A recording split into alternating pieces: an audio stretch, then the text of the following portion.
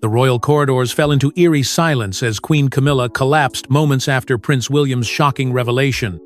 In front of stunned aides and royals, the Queen Consort was visibly shaken because the final words from King Charles's deathbed had nothing to do with her legacy and everything to do with the woman she feared most. It began like any other high-level rehearsal inside Windsor's grand halls, a day rehearsed, polished, and orchestrated down to the second. Camilla, draped in the gravity of her impending role, entered with the weight of a crown she believed was finally hers. But just as the ceremonial music was about to begin, William entered the room with a document gripped tightly in his hand, his expression unreadable, but his silence more deafening than any trumpet fanfare. Camilla approached him with a forced smile, expecting solidarity. What she received instead was a truth so piercing, it stopped her in her tracks. Witnesses say it was a whisper at first, William leaning toward her, his voice steady, his gaze unwavering. "It was never about you," he said. In that moment, the air changed. Camilla staggered backward, her complexion draining of all color. Gasps echoed around the room as she clutched a nearby chair for balance. Then, without warning, her knees gave out. Palace aides rushed forward, but the damage had already been done. The Queen Consort had crumpled under the weight of a truth she had never anticipated. The chaos that followed was immediate. Medical staff rushed in from the wings, shielding her from view. Courtiers exchanged panicked glances while William stood still, somber, resolute. And at the center of it all was the document he had brought, a letter bearing King Charles's royal seal. A letter that, until now, had been locked away from public eyes and royal gossip alike. Camilla's collapse wasn't just medical, it was symbolic. A monarchy shifting beneath her feet, and a secret rising to the surface like a ghost refusing to be buried. In the hours that followed, the palace issued a sterile statement. Her Majesty experienced a brief health episode during preparations and is resting comfortably. But the vague language only stirred more suspicion. What had truly happened behind those thick velvet doors? Why was William holding a sealed letter? And why did Camilla, usually the picture of controlled composure, break down in such a dramatic fashion? The public, ever eager to decode royal whispers, began speculating. Some believed Camilla had been blindsided by Charles's private decisions. Others wondered if her role in the monarchy had been quietly dismantled. But one thing was clear, the timing wasn't random. This collapse came just as the final details of Charles's wishes were being acknowledged, and just as William stepped forward to lead a monarchy poised for transformation. But the real storm wasn't in her collapse, it was in what Charles left behind, sealed in ink and hidden in royal protocol for months. Long before his final breath, King Charles had written a confidential letter not meant for the public or for Camilla. But when it finally surfaced in William's possession, it changed everything about what the monarchy thought it knew. The letter had been composed in secret, during one of Charles's more lucid moments as his health quietly deteriorated behind palace walls. He had grown withdrawn, reflective, burdened by decades of scandal, regret, and a monarchy that had become more symbolic than sovereign. He knew he was nearing the end not just of his reign, but of an entire royal era. And in that stillness, he did what few expected. He wrote down a final wish, one he couldn't risk sharing in the presence of court advisors, let alone Camilla. The letter was sealed, its contents entrusted only to William, delivered in an envelope bearing the royal insignia, hand-marked in Charles's increasingly frail script, "For my son, upon my silence." For months, whispers of the letter had swirled among the highest tiers of palace staff. Some believed it to be a personal farewell, others dismissed it as rumor. Even Camilla, sharp to sense any threat to her place, had heard inklings but shrugged them off as baseless speculation.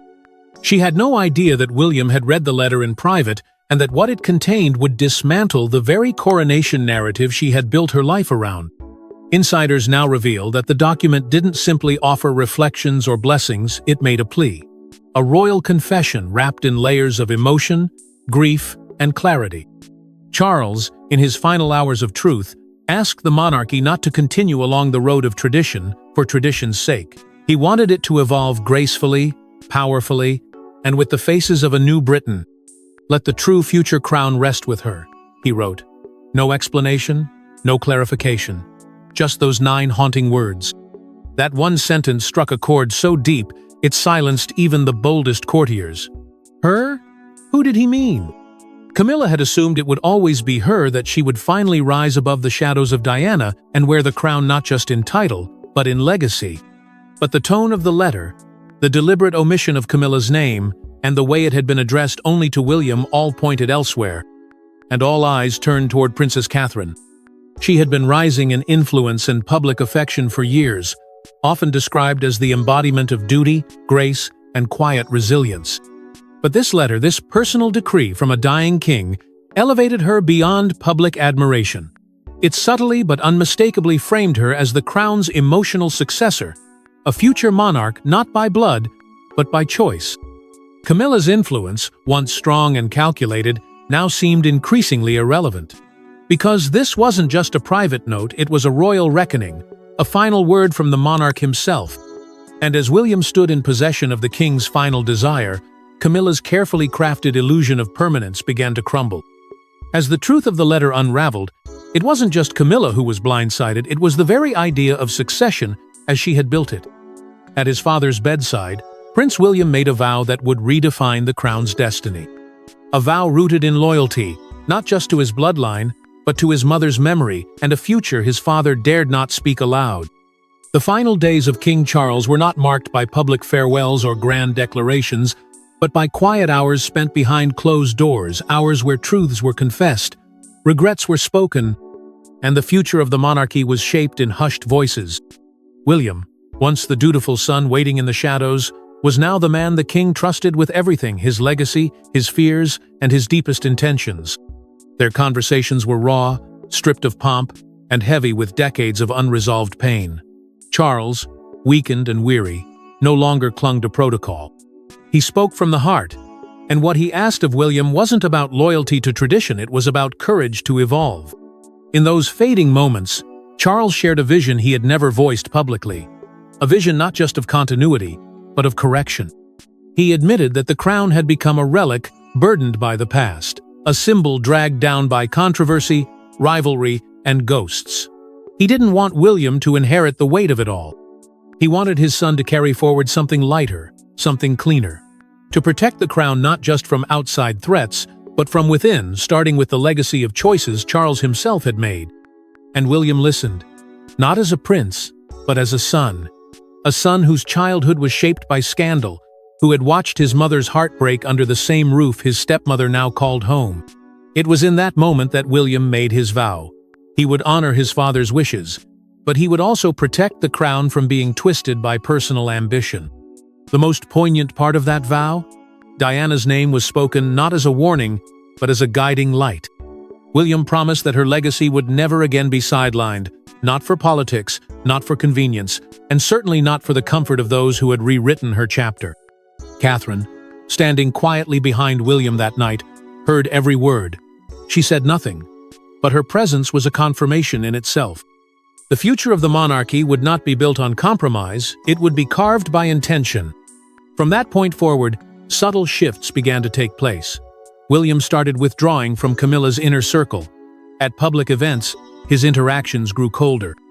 At private dinners, fewer invitations arrived. Behind the polished exterior, a silent division was taking root. And while the palace remained composed on the surface, insiders knew something had changed. Because a promise had been made between a dying king and his heir, a pact that would never be printed on royal parchment, but one far more powerful than any public decree. And while William's promise was forged in whispers, Camilla would soon discover it was powerful enough to shatter her dreams. For years, Camilla had envisioned her moment, the crown, the honor, the final seal of public acceptance. But behind closed doors, her dream had already been quietly erased. The path to her coronation had been long and steep, built not on widespread affection, but on resilience, strategy, and the passage of time. She had waited, endured, and reshaped her public image with methodical patience. To many, her ascension to Queen Consort was inevitable, a final chapter in a controversial royal saga that had somehow stabilized. But to Camilla, it wasn't enough. She didn't want a footnote.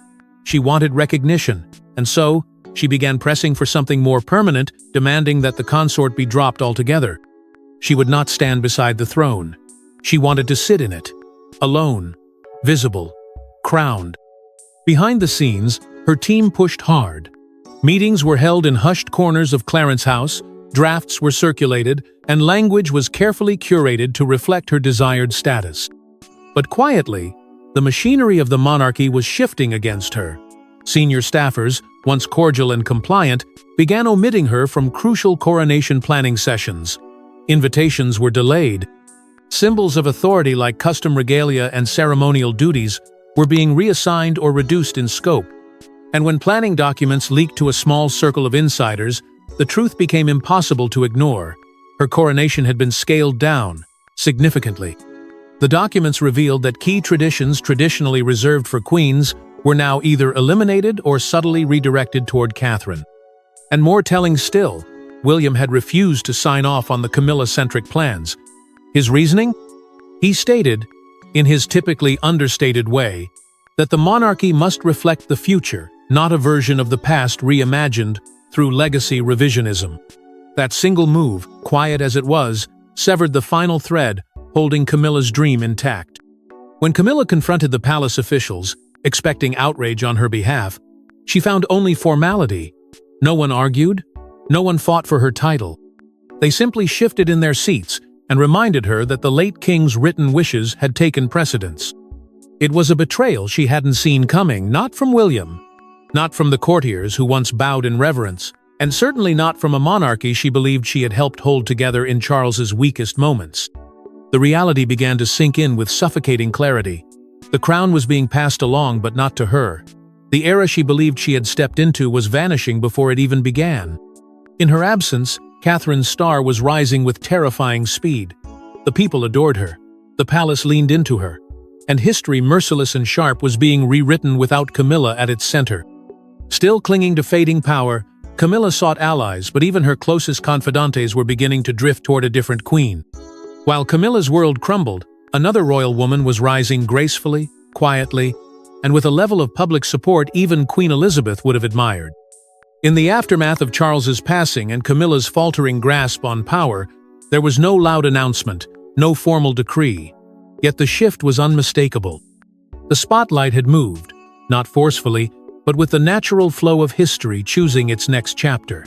And standing in that spotlight, almost reluctant to claim it, was Princess Catherine. The press, once cautiously admiring, now embraced her fully. Headlines called her the steady heart of the monarchy, and soon another name began to echo, the people's queen. It wasn't just a label, it was a statement of trust, earned over years of quiet resilience, unwavering grace, and an image untouched by scandal. As William stepped into the role of heir apparent with a newfound fire, Catherine stood by him not in shadow, but as an equal. During the fragile transition, they took on the responsibilities that once belonged to Charles and the Queen herself. Public appearances, state visits, sensitive engagements, each one reinforced their stature. But it was Catherine's emotional moments with ordinary people that turned admiration into something deeper. One photo of her kneeling beside a grieving child at a remembrance ceremony went viral. It wasn't staged, and it wasn't rehearsed. It was simply her being human in a role that rarely allowed it. Within palace walls, even the most traditional members of the firm began to acknowledge what the public already knew. Princess Anne, the stoic matriarch of royal duty, was rumored to have told a senior aide, "That girl's got the queen in her." Coming from Anne, those words weren't flattery, they were coronation-level approval. And as more details of Charles's final letter were quietly shared among select insiders, it became clear that Catherine had always been at the heart of his vision. His words praised her composure, foresight, and ability to lead by stillness.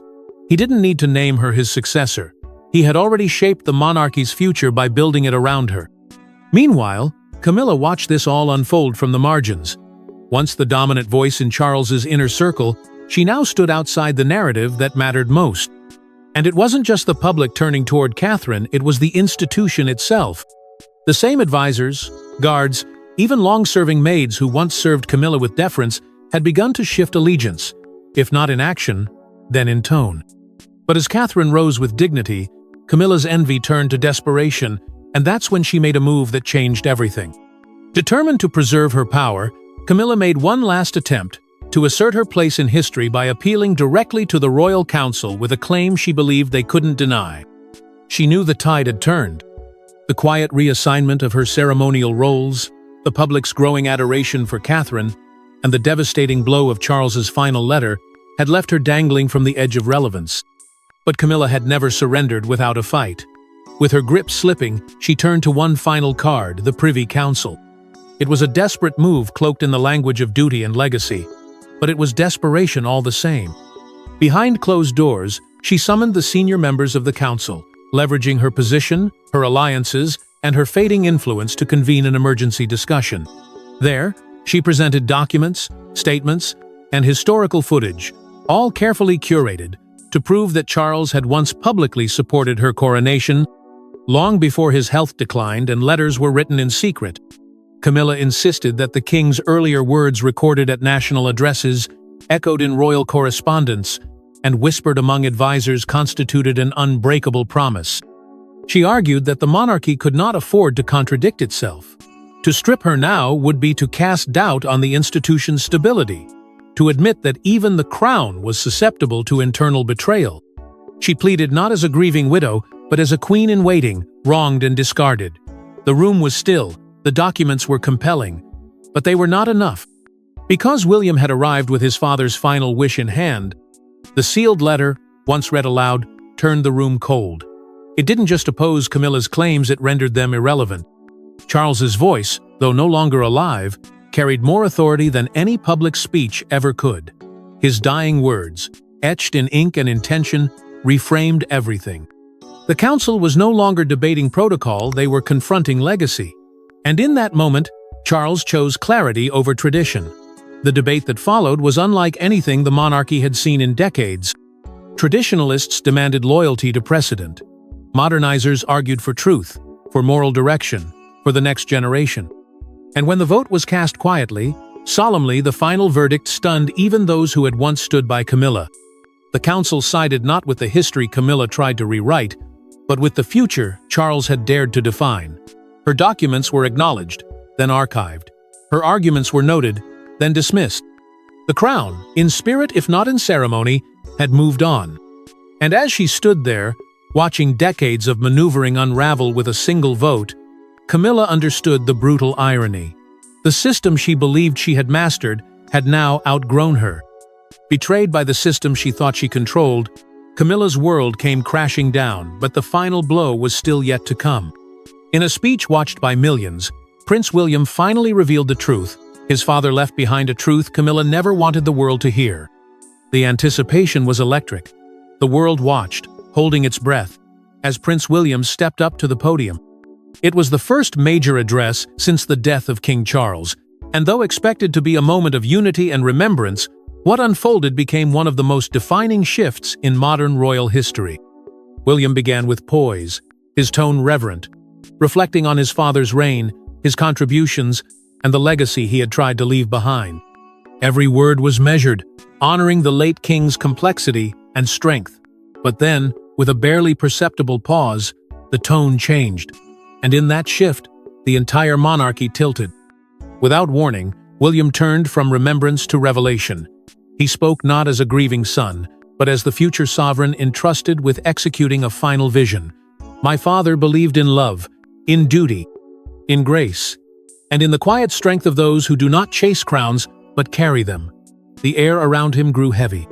Then came the words that shattered the illusion Camilla had fought so hard to preserve. It was his final wish that the future of this monarchy be led by the woman who best embodied these values. The rightful queen of tomorrow. He didn't name Camilla, not once. But he did name Catherine directly, clearly, and without hesitation. The effect was immediate. Social media erupted. Headlines blazed across the globe. Queen Catherine soared to the top of global trends within minutes. Analysts praised the courage of the moment, calling it a defining line between old royalty and the modern crown. For many, it was the confirmation of what they'd long suspected, that Catherine was always the unspoken heir to the public's loyalty, and now, to the crown itself. But while the nation celebrated, Clarence House remained silent. Inside its walls, Camilla sat watching alone. Those present later whispered of her disbelief, her hands trembling as she processed the final, undeniable exclusion. She had fought for recognition, played the long game, and for a brief moment believed she had won.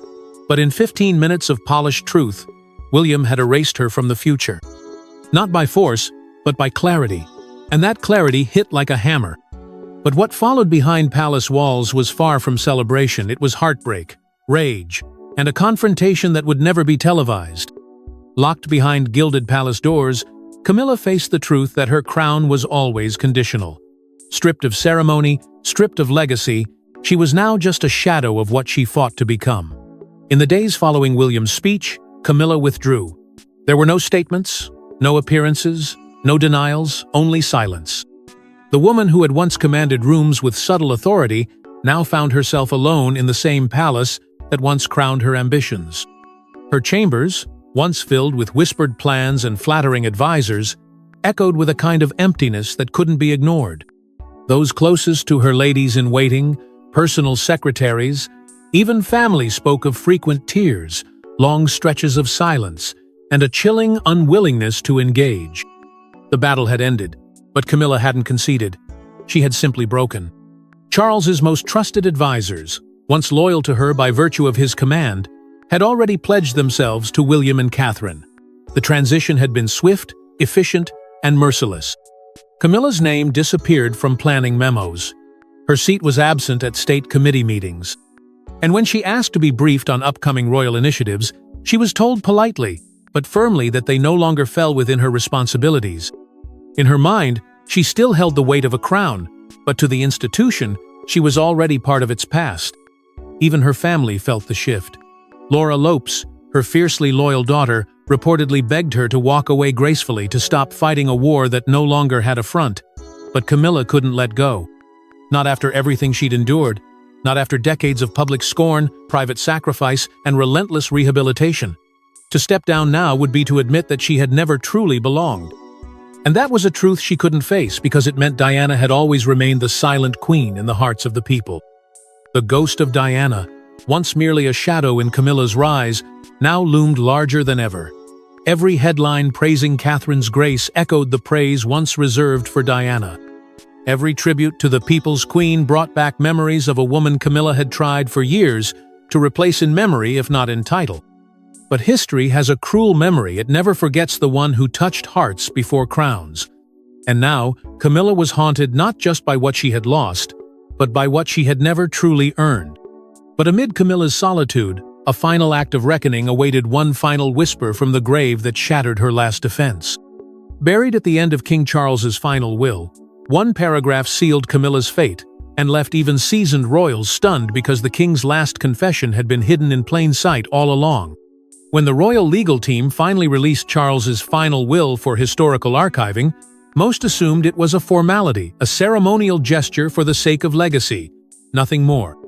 The will itself had been reviewed, summarized, and discreetly circulated among senior palace officials in the days after his passing. But what no one expected was the closing paragraph. It hadn't been mentioned in previous summaries. It wasn't included in the draft Camilla had once reviewed with Charles. It was handwritten, appended quietly, in Charles's own unmistakable script. A final footnote, a last breath of truth. It read, "This crown must never be a consolation prize." In those 7 words, Charles laid bare the guilt he had carried for decades, the choices that had defined him, and the burden he had long shielded from public view. The paragraph that followed was unfiltered. He spoke of his regrets, his sorrow over how Diana had been treated, and the damage done to the public's trust in the crown. He acknowledged the strength and sacrifice of his sister, Princess Anne, calling her the unsung anchor of the firm. But above all, he turned to William, not as a monarch, but as a father, and wrote with reverence about his son's character, his integrity, and the moral compass that now guided the future of the monarchy. And then came the clearest statement of all. He named Catherine, not with grandeur, but with deliberate calm. Let Catherine be the symbol of tomorrow's monarchy. She holds the grace the crown demands, the humility it has lost, and the strength to carry it forward. It was not just a compliment, it was an anointing. Camilla's name appeared only once, just one sentence. I loved her, but I could not crown her. The phrase hit with the weight of 1,000 palace walls crashing down. No justification, no debate. Just a final, irreversible truth. Those who were present when Camilla was shown the will say she said nothing at first. Then, slowly, visibly, her body seemed to collapse under the words. Not theatrically, not for effect, but because it was over.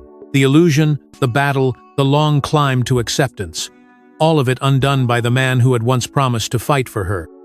And so, as the curtain falls on Camilla's long-fought battle for acceptance, the crown passes not with a roar, but with a whisper that echoes through every royal hall. It was never about her. Thanks for watching. Don't forget to like and subscribe, and we will see you in the next one.